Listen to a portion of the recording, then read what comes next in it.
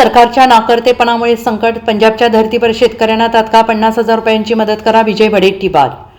राज्यातील शेतकरी संकटात असल्याचं चित्र दिसतं आहे। एका बाजूला अतिवृष्टी, दुसऱ्या बाजूला पिकांवर पडणारी रोगराई, यामुळे राज्यातील शेतकऱ्यांच्या पिकांचं मोठ्या प्रमाणात नुकसान झालंय। शेतकऱ्यांची उभी पिकं नष्ट झालेली आहेत। याच मुद्द्यावरून काँग्रेस नेते विजय वडेट्टीवार यांनी राज्य सरकारवर जोरदार टीका केलेली आहे। शासनाच्या नाकर्तेपणामुळे शेतकऱ्यांवर संकट आलेलं आहे। शेतकऱ्यांना तातडीनं पंजाबच्या धर्तीवर 50,000 रुपये हेक्टरी मदत द्यावी, अशी मागणी आमदार विजय वडेट्टीवार यांनी केलेली आहे।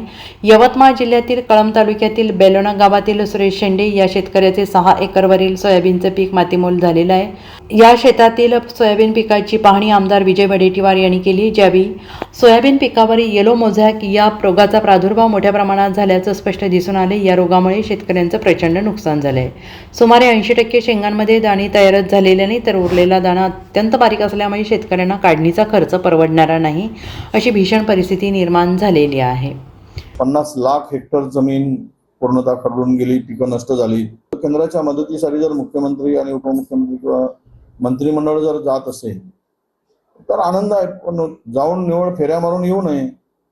भरीव मदत मिळाली पाहिजे। जा केंद्राच्या चरणी लोटांगण घाला, पाया पडा, हात जोडा, पण महाराष्ट्राच्या शेतकऱ्याला वाचवण्यासाठी पुढे या, अशीच आमची त्यांच्याकडे मागणी आहे। महाराष्ट्रातील देवेंद्र फडणवीसांची किती वट आहे, किती त्यांना किंमत आहे, हे आता केंद्राच्या मदतीवरून आम्हाला।